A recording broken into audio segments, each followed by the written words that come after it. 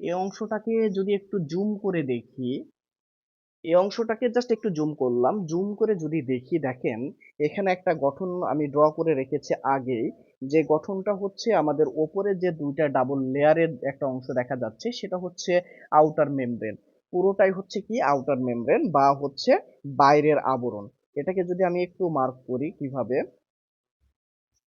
এটাকে যদি আমি একটু মার্ক করি, যে এটাকে এতটুকু দিয়ে আমি যদি ইংলিশে লিখি তাহলে শর্টে লিখতে পারবো আউটার মেমব্রেন, এবং এই ভিতরের যে অংশটাকে দেখা যাচ্ছে সেটা হচ্ছে ইনার মেমব্রেন। আই দিয়ে এম দিলাম, ইনার মেমব্রেন।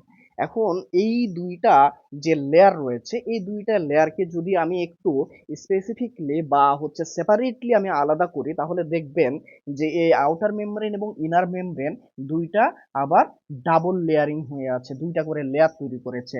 তো এটাকে আমি যদি বলি যে বাইরের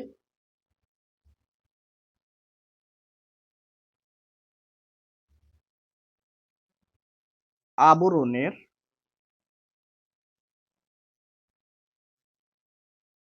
বাইরের আবরণের বাইরের তল,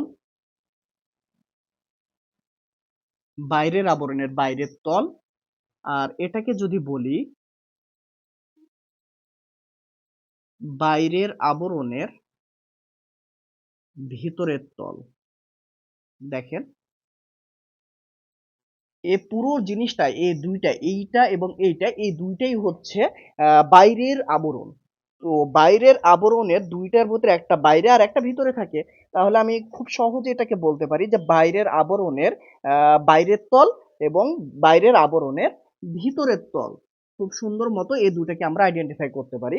আবার একইভাবে যদি আমি এটাকে আইডেন্টিফাই করি, যে এটাকে বলা হচ্ছে ভিতরের, ভিতরের আবরণের বাইরের তল, বাইরের তল, আর এটাকে বলবো আমরা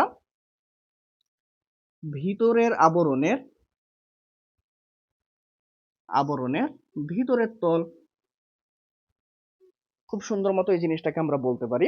তো দেখেন এখানে যেই হচ্ছে অক্সিজম গুলো দেখা যাচ্ছিল খুব সুন্দর মতো, মালার পুঁতির মতো যেগুলো সাজিয়ে রাখা হয়েছিল, সে অংশগুলো আসলে উৎপন্ন হচ্ছে কোথায় থেকে? এটা হচ্ছে যে আমাদের ভিতরের আবরণ রয়েছে, ভিতরের আবরণের ভিতরের তল থেকে, ভিতরের আবরণের ভিতরের তল থেকে। তাহলে এখান থেকে যেটা বোঝা যাচ্ছে যে এই অক্সিজম গুলো উৎপাদন হচ্ছে, তৈরি হচ্ছে ভিতরের আবরণের ভিতরের তল থেকে।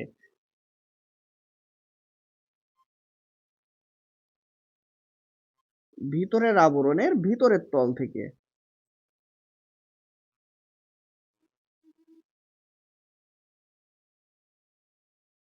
এই যে ভিতরের আবরণের ভিতরের তল থেকে। তো এগুলোকে বলা হচ্ছে কি, বলা হচ্ছে অক্সিজোম। এগুলোকে বলা হচ্ছে অক্সিজোম। তো অক্সিজোমের কাজ কি? অক্সিজোমের কাজ হচ্ছে যে রেসপাইরেশনে শক্তি উৎপাদন করা, রেসপাইরেশনে শক্তি উৎপাদন করা। তাহলে যে এই রেসপাইরেশন যে কার্যক্রমটা ঘটাবে, এই যে ক্রিস্টিটা রেসপাইরেশন বা শ্বসনের যে কার্যক্রমটা ঘটাবে এই মাইটোকন্ড্রিয়ার ভিতরে, এই ক্রিস্টিতে এবং ক্রিস্টির ভিতরে কোথায়? এই হচ্ছে অক্সিজোমে। তাহলে এটা ঘটানোর জন্য একটা এনজাইমের প্রয়োজন হয়, এটা ঘটানোর জন্য একটা এনজাইমের প্রয়োজন হয়, যে এনজাইমটা আগে থেকেই এই ক্রিস্টি নামক অঙ্গাণুতে অবস্থান করে। এই ক্রিস্টি নামক অঙ্গাণুতে আগে থেকে এই এনজাইমটা অবস্থান করার কারণে এই জায়গায় শ্বসনিক এই কার্যক্রমটা ঘটে থাকে, বা এটিপি তৈরির যে মূল মেকানিজম বা মূল কলাকৌশল সেটা ঘটে থাকে এই ক্রিস্টিতে। কারণ এখানে আগে থেকে এই শ্বসনিক একটা এনজাইম সেটা এখানে উপস্থিত আছে।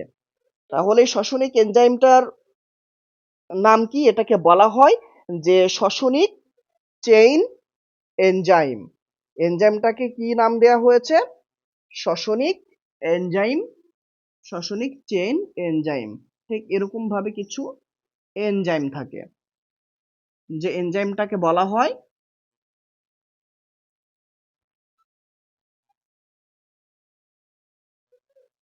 শ্বসনিক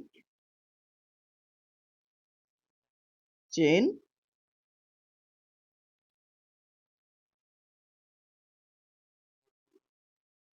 শ্বসনিক চেইন এনজাইম।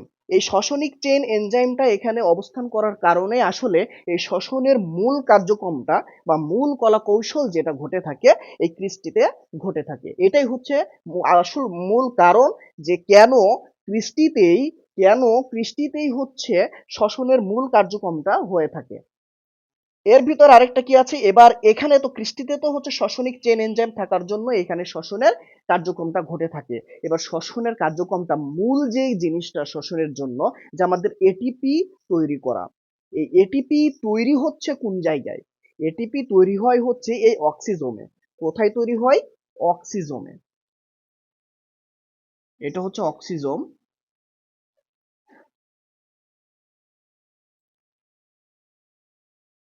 আমাদের মূল কাজটা হচ্ছে এই অক্সিজোমে তৈরি হবে। তাহলে এবার যদি